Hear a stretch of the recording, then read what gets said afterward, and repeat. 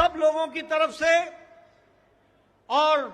Bharatiya Janata party के लाखों कार्यकर्ताओं की ओर से सबसे पहले इस कार्यक्रम में मैं आदरणीय प्रधानमंत्री मोदी जी का हार्दिक अभिनंदन करता हूं, स्वागत करता हूं।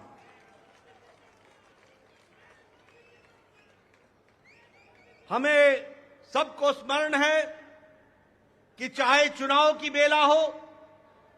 चाहे देश को नेतृत्व करने की बात हो और देश को समस्याओं से निकालने का, अब जिसे हम कहते हैं कि आपदा को अवसर में बदलने में आदरणीय प्रधानमंत्री मोदी जी ने हमेशा देश को, पार्टी को, देश की जनता को फ्रंट से लीड किया है। ऐसे हमारे यशस्वी प्रधानमंत्री जी का मैं अभिनंदन करता हूं, स्वागत करता हूं। मैं आज सभी एनडीए के साथी दल और भारतीय जनता पार्टी के कार्यकर्ता, जिन्होंने अथक प्रयास के साथ पीछे कई महीनों से अथक प्रयास किया और एनडीए को जो जीत दिलाई है, उसके लिए मैं साथी दलों का और हमारे कार्यकर्ताओं का और साथी दलों के कार्यकर्ताओं का भी हार्दिक धन्यवाद देता हूं और उनका भी मैं अभिनंदन करता हूं।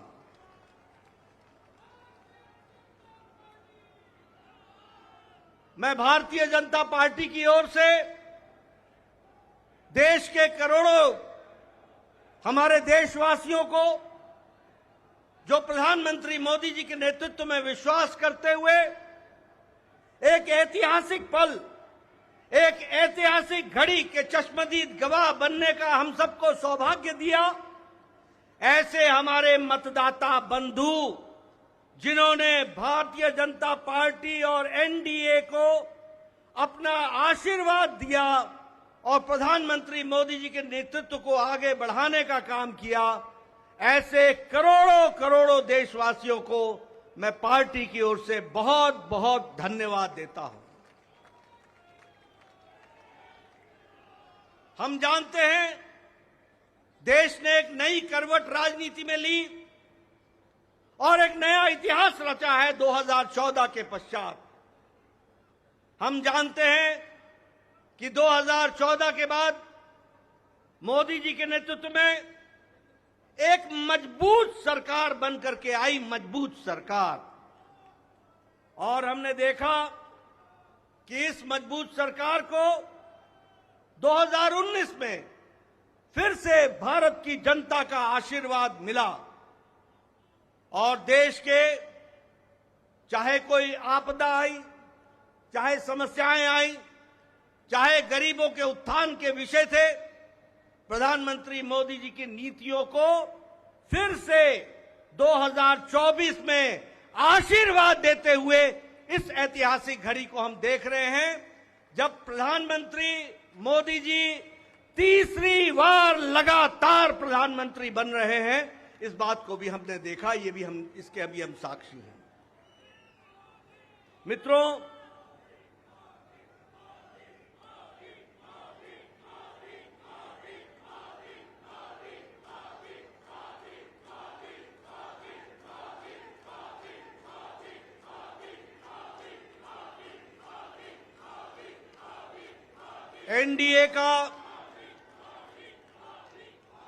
एनडीए का गठन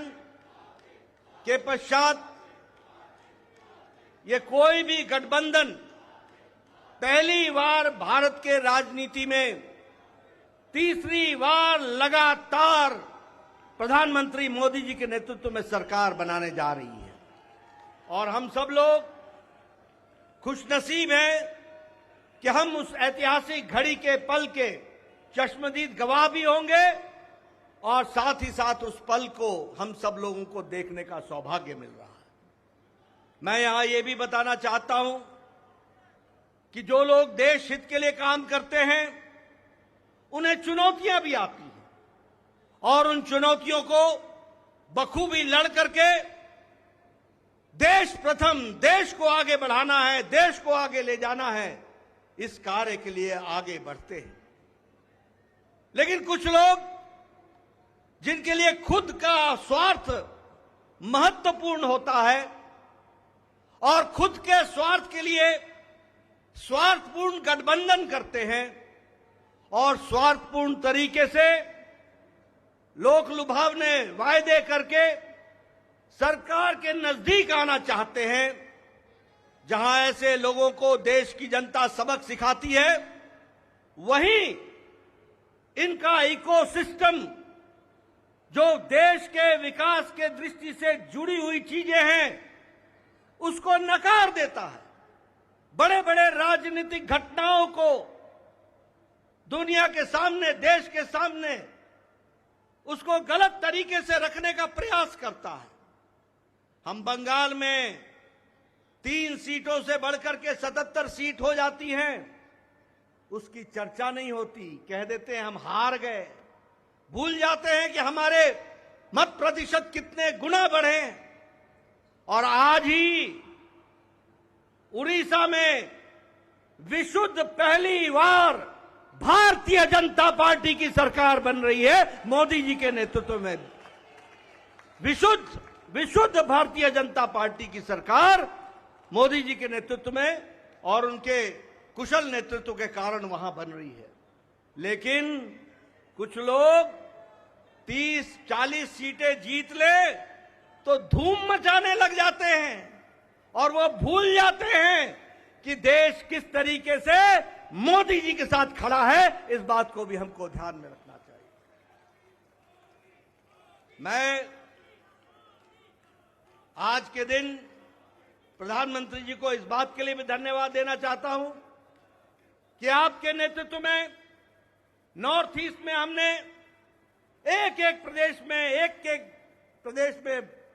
अपना झंडा, एनडीए का झंडा गाड़ा। और आज मुझे खुशी होती है आपके साथ ये चर्चा करते हुए कि अरुणाचल प्रदेश में लगातार मोदी जी के नेतृत्व में तीसरी बार हमारी सरकार बन रही है, तीसरी बार सरकार बन रही है। उड़ीसा में हमने 80 सीटें जीती हैं, 40% हमारा मत प्रतिशत रहा है और उसी तरीके से लोकसभा में भी एक तरफा फैसला लोगों ने भारतीय जनता पार्टी और एनडीए के पक्ष में दिया है। मैं आपके साथ इस बात की भी चर्चा करना चाहता हूं कि आंध्र प्रदेश में हमारे अलायंस पार्टनर के साथ वहां भी एनडीए की सरकार बन रही है। इस तरीके से परिवर्तन हुआ है। मित्रों, केरल में भारतीय जनता पार्टी ने अपना खाता खोला है, जहां हम कहीं दूर दूर तक नहीं दिखते थे, दूर दूर तक नहीं दिखते थे। उस केरल में कमल खिला है और वहां भी एनडीए की उपस्थिति हो गई है। इस